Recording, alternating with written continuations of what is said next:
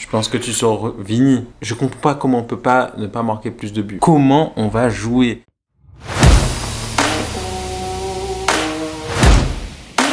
Salut à tous, c'est Manu. Bienvenue sur ma chaîne où voilà, on va parler un peu de plein de choses. On va beaucoup bavarder. On va parler de foot notamment et surtout de loisirs, sport, pop culture, c'est-à-dire de séries, cinéma que je regarde, puisque j'adore ça. Je suis vraiment passionné par tout ce dont je parle, de gaming j'espère. Mais voilà, surtout de sport, de foot, cette passion que j'ai du foot et surtout du Real Madrid, yes. Et puis voilà, donc on va commencer sur le thème du Real Madrid, le thème actuel, puisque c'est le mercato, c'est l'été, c'est fini la saison 24-25, la saison 25-26 qui commence. Donc la grosse thématique du jour, c'est bien sûr la composition du Real Madrid. Comment on va jouer? Comment ça va se passer pour l'année prochaine? À quoi on peut s'attendre? Voilà, pour nous le Real Madrid, auquel on s'attend toujours à tout. On espère avoir gagné tous les trophées, on espère démonter, voilà, on espère éclater le FC Barcelone, éclater toutes les équipes en fait en général. Donc comment on va le faire et puis du coup avec quel joueur, quel protagoniste. Donc moi ce que j'ai fait c'est que sur Canva je vous ai créé un peu des compos que je pense que comment ça va se passer pour l'année prochaine. J'ai fait la compo très très probable de Xabi Alonso, donc je vais tout vous présenter tout de suite en direct à côté de moi. Donc pour moi, voilà, la compo très très probable de Xabi Alonso, qui comme vous pouvez le voir, en fait avec un 4-4-2, voilà, c'est un peu ce qu'il a essayé durant la pré-saison, et puis bon, face au Paris Saint-Germain, voilà, il y a beaucoup de gens qui l'ont déjà dit, mais voilà, on ne comprend pas pourquoi il a fait ce 4-3-3, enfin, voilà, ça marchait très très bien, et même avec Ancelotti ça marchait très très bien le 4-4-2, où vraiment il faut vraiment densifier ce milieu, c'est ça le Real, hein. On a perdu ce côté où en fait on va pouvoir jouer entre nous, souvent, et puis je vais en parler après. Moi ce qui m'énerve c'est quand Courtois, voilà, je suis désolé, c'est vraiment l'un des meilleurs gardiens du monde, mais quand il balance, et puis en fait on ne sait pas, en fait on sait plus jouer entre nous, on balance vers l'avant, je dis Courtois mais même tous les autres joueurs, on balance vers l'avant et puis en fait on sait plus quoi faire. Donc 4 milieux, c'est vraiment, je pense, vraiment primordial aujourd'hui, et puis en fait voilà, avec Vini, Mbappé devant. Il y a quelques rumeurs, voilà, Vini, non, je sais pas trop quoi. Vini comme si il est un peu en froid, mais non, je pense qu'ils vont faire quand même une saison, ou même peut-être plus, puisqu'il faudrait en fait qu'ils prolongent pour au moins voilà, un peu protéger la valeur du joueur. Donc peut-être une saison voire plus. Vini, Mbappé, je pense vraiment ça peut vraiment bien le faire. Puis vous allez comprendre un peu après mon avis, je donnerai mon avis après, mais voilà, je pense que Xabi Alonso, ce sera vraiment ça qu'il va faire, avec vraiment Arda Güler en milieu offensif, et puis Bellingham, Valverde, Tchouaméni, et puis après voilà, les recrues qui ont été faites, c'est pas pour rien, avec Carreras, Yolisen. Et puis moi je pense qu'il va pas mal compter moi je le vois beaucoup compter sur les jeunes espagnols, et donc Asensio, je pense qu'il va jouer au lieu de Rudiger, surtout que Rudiger il a pas montré beaucoup voilà, il est pas à son meilleur niveau, et puis il commence à vieillir un peu, donc je pense qu'il va pas mal compter sur Asensio, et puis Trent à droite, et bien sûr Courtois, voilà, même si j'adore Lunin, mais je pense que bien sûr c'est Courtois qui passera. Voilà, donc je pense que ce sera ça avec Xabi Alonso, avec peut-être des modifications. Je n'ai pas parlé de Rodrigo parce que voilà, on sent qu'il va beaucoup partir, il va beaucoup partir. On sent qu'il va partir et qu'il est beaucoup courtisé un peu partout. Donc Rodrigo, c'est vrai que pour un 4-4-2 c'est difficile de le mettre. Qui tu sors, je suis désolé, hein, je l'aime beaucoup, et puis c'est un pilier du Real dans ces dernières années, mais je pense que tu sors Vini, tu sors Vini, et puis tu mets Mbappé sur la gauche ou Rodrigo sur la gauche, peu importe. Et pour moi, c'est essentiel. Voilà, pas pour rien que je lui ressemble. Mais c'est essentiel de jouer avec Mbappé parce que c'est lui qui marque les buts, simplement. Il marque les buts, il fait peur aux défenses. Oui, Vini, il fait très peur aux défenses grâce à ses dribbles. Mais, mais au bout d'un moment, des matchs, ça se gagne en marquant. Il faut marquer des buts. Et, et voilà. Vini marque des buts, mais pas assez pour passer au-dessus de Mbappé, je pense. Donc voilà. Et puis, j'oublie pas aussi, on a pas mal de joueurs. Brahim, Gonzalo Garcia qui a montré un très très beau début de saison. Donc, je pense qu'il y aura une rotation. Hendrik, je vais en parler juste après. Mais Hendrik, je pense, dans cette compo, très très compliqué. Très très compliqué de le faire entrer. Il y a beaucoup de gens qui vont passer avant lui. Des Brahim, peut-être des Massantuono. Puisque Brahim, il peut prendre la place d'Arda Güler, de Mbappé, de Vini. Enfin, ça, c'est plus facile de le faire entrer. Hendrik, tu vois, il y a même Gonzalo Garcia qui passe devant lui maintenant.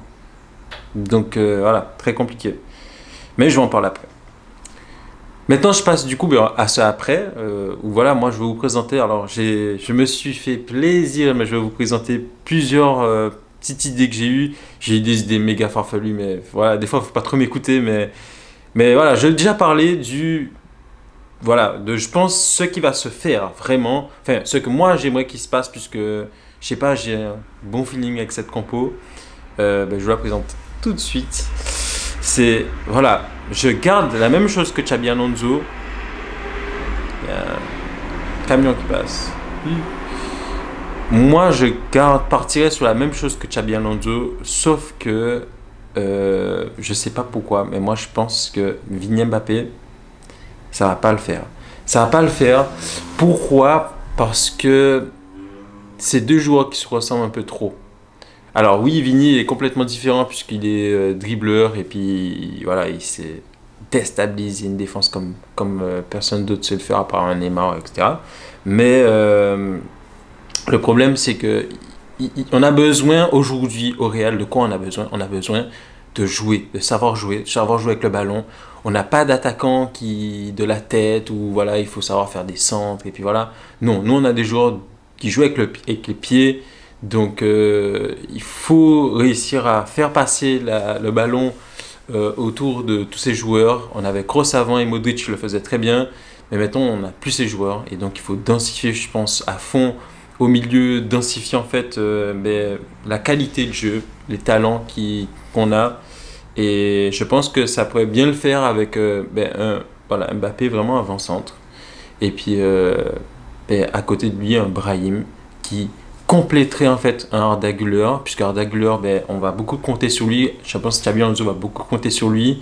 Mais il est jeune, et puis il faudrait vraiment, je pense, l'épauler. Et puis pourquoi pas l'épauler en laissant un autre jeune en plus, voilà, double talent. Puisque Brahim, souvent, je trouve qu'on l'oublie beaucoup, mais c'est un mec, mais il est tellement talentueux, tellement avec ses pieds. Des fois, il a un centre de gravité tellement bas que voilà, c'est très difficile de lui prendre les ballons dans ses pieds, je veux dire. Je sais pas, il me fait penser un peu à un Isco, des fois même à un Messi un peu dans la tenue de balle. Donc je pense que ça pourrait être vraiment, vraiment bien le faire sur le côté droit. Peut prendre la place que Ancelotti voulait donner un peu à Arda Güler un peu vers la fin de saison sur l'aile droite, mais voilà, c'est pas du tout fait pour lui.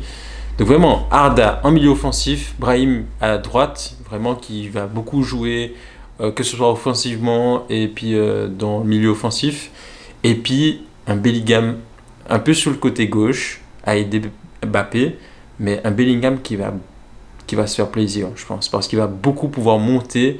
Et comme on le connaissait à sa première saison, je le vois bien monter et aller, aller marquer des buts renards, comme on le connaît, aller vraiment... Parce que c'est ça aussi, je trouve, le problème de notre Real, c'est que quand on passe dans le côté offensif et qu'on a le ballon, en fait, on reste tellement bas que souvent les attaquants, ils sont un peu esselés, ils sont tout seuls, puis ils doivent battre une dizaine de défenseurs, ça va pas, c'est pas possible. Donc je pense qu'il faut vraiment pousser ces milieux à monter. Et ça va aussi avec les pistons droit et gauche qu'on aura, ben, ça va beaucoup aider aussi de, voilà, comme un Manchester City, des équipes de première ligne de pousser vers l'avant et puis de mettre la pression sur les équipes adverses. Donc voilà, ça c'est vraiment ma compo qui change très peu, mais en même temps, en vrai, qui change beaucoup, puisque du coup, je mets pas Vini et je favorise vraiment le jeu de ballon, le jeu au sol, le fait que le ballon ben, circule beaucoup mieux en fait, dans l'équipe.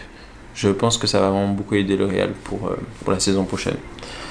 Et je vais faire assez vite sur les prochaines compos que je vais vous présenter, mais c'est voilà, c'est du farfelu. Je sais très bien que ça. Enfin, j'ai très. Je me dis dans un monde face à certaines équipes, ça peut claquer, ça peut faire un truc, un effet, mais je pense pas. Je pense que le 4-4-2, c'est vraiment la bonne solution à avoir. Mais voilà, pour un peu le fun. Moi j'ai pensé, voilà, je vous présente un autre truc. C'est un 3-4-3. Un peu très très farfelu, je vous avoue, où j'ai pensé vraiment un bloc défensif, Rudiger, Heusen, Militao, et même, voilà, qu'on pourrait compléter, voilà, quand il faut, dans les moments où il faut vraiment aller en défense, avec Tchouaméni qui redescend, et c'est après les 4 défenseurs. Et puis Bellingham à gauche, Valverde à droite, Arda en numéro 10. Et puis 3 attaquants, mais voilà, c'était un peu pour essayer de chercher à mettre Vini dans l'équation. Et puis voilà, donc Vini, Mbappé, Brahim. Et puis voilà, à chaque fois j'oublie de parler de Rodrigo, puisqu'il est toujours notre joueur, mais si Rodrigo est toujours là, parce que je l'adore ce joueur, mais s'il est toujours là, ben, Rodrigo quand même à la place de Brahim, puisqu'il mérite sa place. Mais voilà, j'ai assez parlé, je pense pas que c'est la bonne solution. Et voilà.